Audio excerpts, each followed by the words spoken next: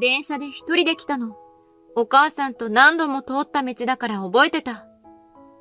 寒い夜、チャイムが鳴ったので玄関を開けると、そこには7歳の姪のまなみちゃんが一人で立っている。こんな時間にどうしたの？家族は？お母さんと喧嘩でもしたの？違うの。とにかく無事でよかったと思いつつも、うつむいたままのまなみちゃんを家に入れようと手を引くと、まなみちゃんはその場に崩れるように座ってしまう。他人は旅行に行けないって。どういうこと？泣きながら話すまなみちゃんの態度に驚愕した私は、すぐさま兄に連絡する。まなみちゃんが一人で家に来て、他人は旅行に行けないって言ってるけど、どういうこと？ああ、俺たちは今日から家族旅行に行くんだよ。まなみは厄介だからさ、そっちで預かってよ。1週間で帰ってくるからさ。ちょうど冬休み中だし、適当に放っておけばいいから。家族旅行ならまなみちゃんも連れて行けばいいじゃない。いやー、俺の子じゃない。他人だし。もう出発するから切るぞ。そう言うと兄は一方的に電話を切り、かけ直しても出ることはなかった。これまでのまなみちゃんに対する態度に加え、他人だという兄夫婦には、心の底から怒りが湧いてくる。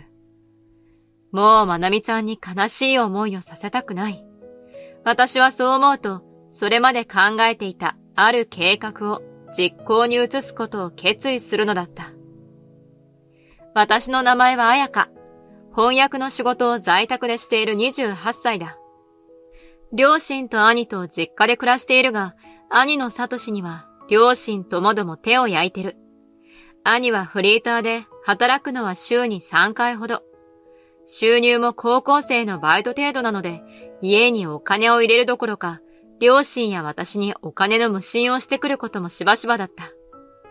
両親は58歳だが、現役でバリバリ働いているため、家計的には余裕がある。しかし、33歳にもなる男性がこのありさまで、両親も私も困っているのだ。何度も働くように言っても遊んでばかりで、私たちの声は届いていない。そんなある日のこと、兄は急に私たちを呼び出し、真剣な表情で話し始める。急だけど結婚したい人ができた。その人のためにしっかりと就職もするから、一人暮らしを始めたいんだ。彩香は応援してくれるだろ？結婚したい相手ができたなんて、そんな素振りを一切見せていなかった兄には、ただただ驚くばかりだった。しかし、10年近く恋人もおらず、フリーターを続けていた兄が、自ら自立しようと決意したのを応援しないわけにはいかない。もちろんよ。お兄ちゃんならすぐ就職できるから頑張って。お相手にも合わせてくれるんでしょ？まあ、そのうちな。もともとそれなりの大学を出ていた兄は、すぐに就職先を見つけ、今までとは打って変わって、スーツを着て毎日出社していった。そんな兄の姿はまるで、生まれ変わったようにも見えた。就職して3ヶ月が経った頃には、引っ越し先も見つけて実家を出ていく兄。そして数ヶ月後、結婚相手と顔合わせをすることになる。簡単に済ませたいとの希望だったので、顔合わせというよりは挨拶という感じになり、私の実家で行うことになった。照れながら家を訪れた兄の横には、兄嫁になるカンナさんがいた。はじめまして、カンナと申します。ほら、まなみも挨拶して。はじめまして、まなみです。恥ずかしがりながらもしっかりと挨拶するその子は、カンナさん同様しっかりしていた。まなみは前の夫との子供なんです。前の夫は私たちを置いて出て行ってしまって、私は両親を早くに亡くしていたので、頼れる人がいなくて辛かったんですが、助けてくれたのがサトシさんだったんです。カンナさんは兄とは再婚で、前の夫とは2年ほど前に別れたそうだ。離婚後は女手一つで働きながら育てていたが、限界を迎えた時、兄と知り合って支えてもらっていたとか。昔の兄のイメージでは助けるなんて想像もつかなかったが、家族を褒められて悪い気はしない。自然と頬が緩み、恥ずかしさを隠すように話を振る。二人の結婚式の予定はいつですか？結婚式はしない予定なの。忙しくなってまなみに寂しい思いをさせたくなくて、それにお金も貯めたいしね。兄嫁の堅実で誠実な性格を垣間見た私は、自堕落な生活から兄を抜け出させてくれた女神様じゃないかと彼女を見る。カンナさんには感謝してもし尽くせない。こうして兄が家を出てから1年が過ぎた頃、突然何の連絡もなく、兄夫婦が生まれたばかりの赤ちゃんを連れて実家にやってきた。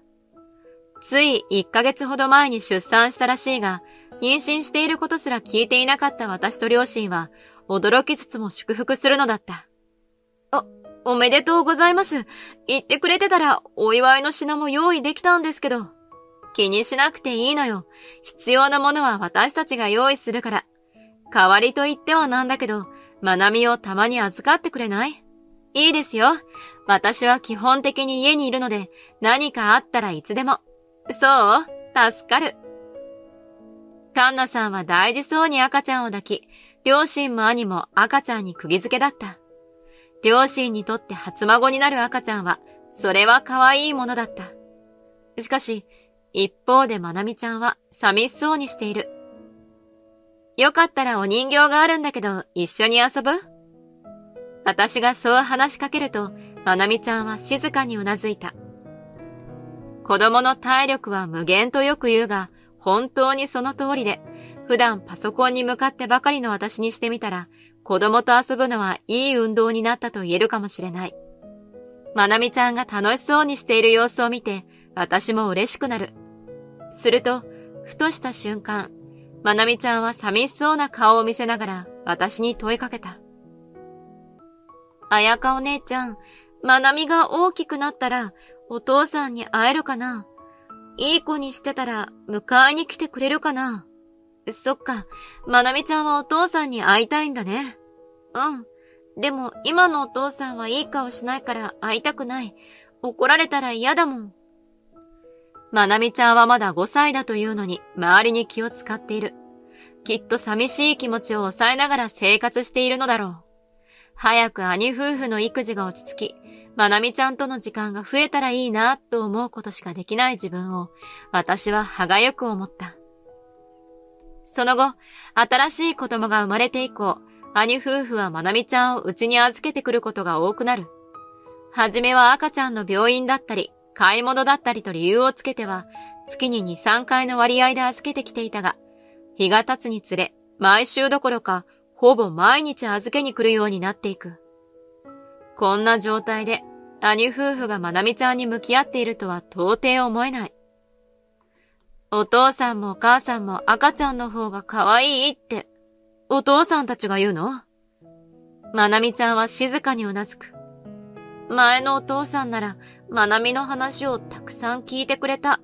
そっか。でも、まなみちゃんには私がいるでしょ？今日もたくさん遊ぼう。うん。ありがとう。まなみちゃんは私が慰めるたびに目を輝かせた表情を私に見せてくれる。そんなまなみちゃんを見るたび、胸が張り裂けそうになっていく。お兄ちゃん、赤ちゃんが可愛いのはわかるけど、まなみちゃんだって子供でしょ？お兄ちゃんの家族よね。預けるのは別にいいけど、寂しい思いはさせないで。お前の言い分もわかるけど、やっぱり自分の子の方が可愛いんだよ。まなみには今度おもちゃでも買っておくからさ。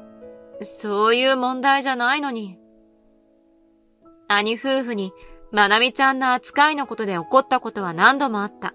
しかし、何を言ってもまともに聞き入ってもらえない。まなみちゃんが寂しい思いを抱えたまま、月日だけが過ぎていく。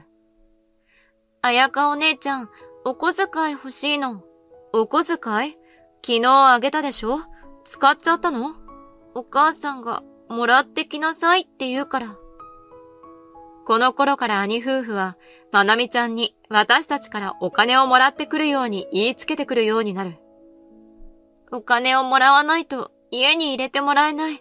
正座させられてお父さんとお母さんがずーっと怒るから。この行為が兄夫婦にとって良いことではないと分かっていたが、泣きそうな顔でまなみちゃんに言われては渡さざるを得ない。わかった。でもお金はとても大切なものだから、大事に使ってね。うん。こんな状態が続いて2年が過ぎた頃、まなみちゃんは小学1年生になった。この頃には、まなみちゃんは実家の家事の手伝いをしてくれたりと、真面目で賢い子に育っていたが、兄夫婦がまなみちゃんを疎遠にしているのは変わらなかった。ずっとまなみちゃんについて、両親と共に兄夫婦に注意するが意味はなく、むしろその話をした次の日には、まなみちゃんが泣き晴らした顔で家に来ることになり、下手に言うこともできなくなっていく。なんとかまなみちゃんが幸せになれる方法がないかと考えあぐねていた夜、玄関のチャイムが鳴る。こんな遅い時間に誰かと思いつつ出てみると、まなみちゃんが一人で立っている。どこにもあの夫婦の姿は見当たらない。電車で一人で来たの。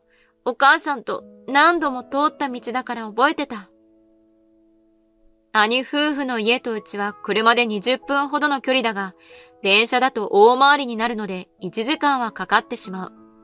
それを小学1年生のまなみちゃんが遅い時間に一人で来たのかと思うと鳥肌が立つ。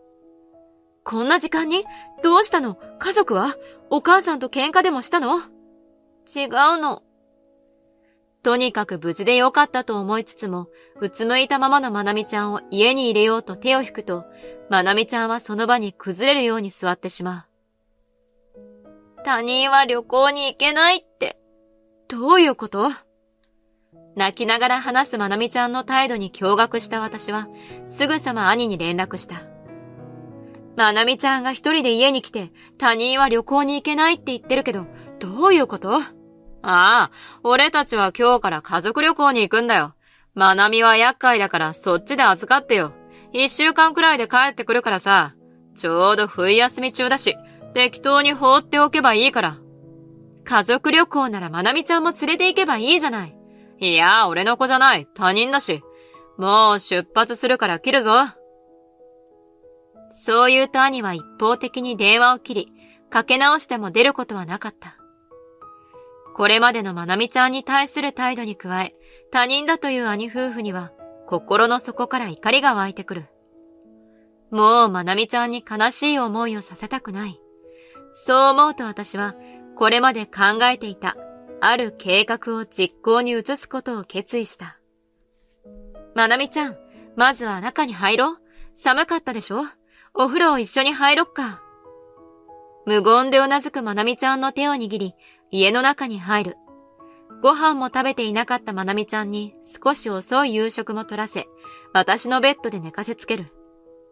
その翌日、まなみちゃんから家の鍵を借り、兄夫婦の家にあるまなみちゃんの荷物を運び出して実家に持って帰った。兄夫婦が旅行から帰ってくるまでの1週間で、我が家にまなみちゃんの部屋を作り上げる。今までの寂しさを埋められるように毎日たくさん話をして、寝る時も一緒に眠る。すると、ここが自分の居場所だと認識してくれたのか、まなみちゃん自身に笑顔が戻ってきた。そんな彼女の笑顔を見ていると、自然と私も笑顔になった。そんな楽しい日々が1週間続いた後、兄夫婦が旅行から帰り、まなみちゃんを迎えに来る。兄夫婦の顔を見た途端、まなみちゃんは夢から覚めたように絶望的な顔をした。ほら、まなみ帰るぞ。兄は動こうとしないまなみちゃんに苛立った様子で手を伸ばし、無理やり引っ張ろうとした。しかし、まなみちゃんはその手を振り払った。帰りたくない。は？何言ってんだ？これ以上面倒ごとを増やすな。さっさと帰るぞ。いや。まなみちゃんの返事に満足するはずのない兄嫁は、私たちや両親の前だということも関係なく、苛立った様子で話し始める。は？何？どういうこと？早川お姉ちゃんとおじいちゃんおばあちゃんといた方が楽しい。お母さんは無視するし、お父さんは怒るもん。あっそ。だったら彩香ちゃんちの子にでもなれば？苛立った様子で話すカンナさんに、私は待ってましたと言わんばかり、食い気味に答える。じゃあ、そうさせてもらいます。まなみ、帰ってきたいって言っても、もう知らないからね。痛いって言うならずっとここにいな。聞き分けのない子はうちにはいらないな。まなみちゃんは兄夫婦から隠れるように私にしがみつく。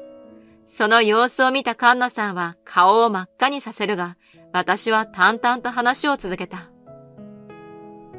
カンナさんたちがそのような態度なら、まなみちゃんを養子にさせてもらいます。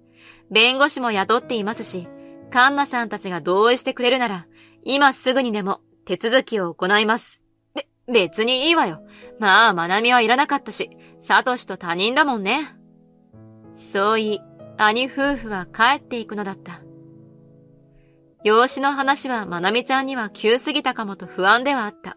しかし、まなみちゃんが毎日微笑みながら話しかけてくれる姿に、私は安堵していった。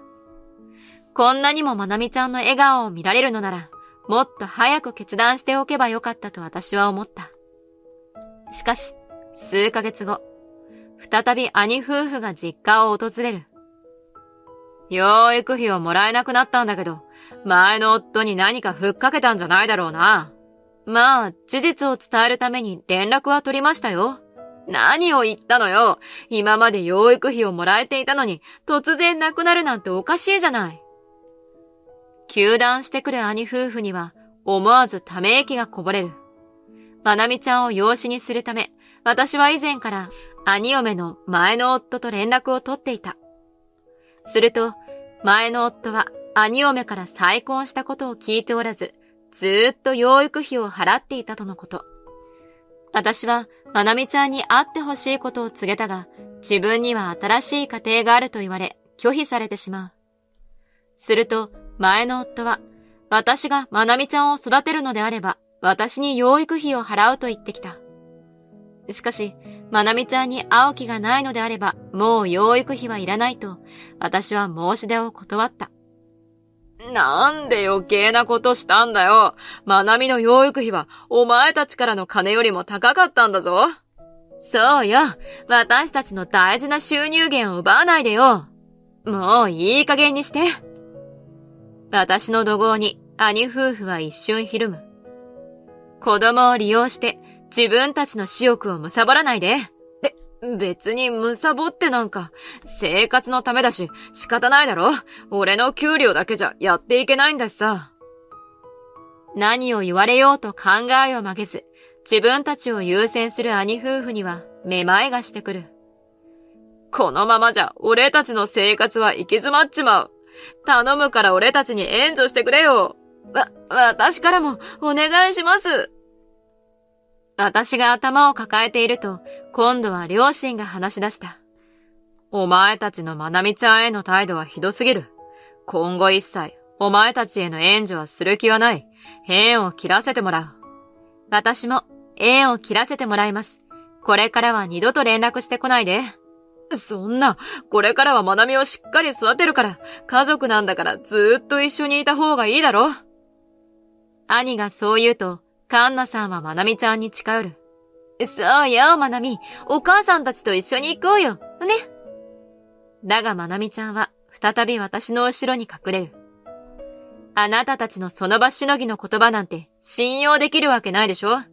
まなみちゃんの幸せを考えるなら、あなたたちにまなみちゃんは渡しません。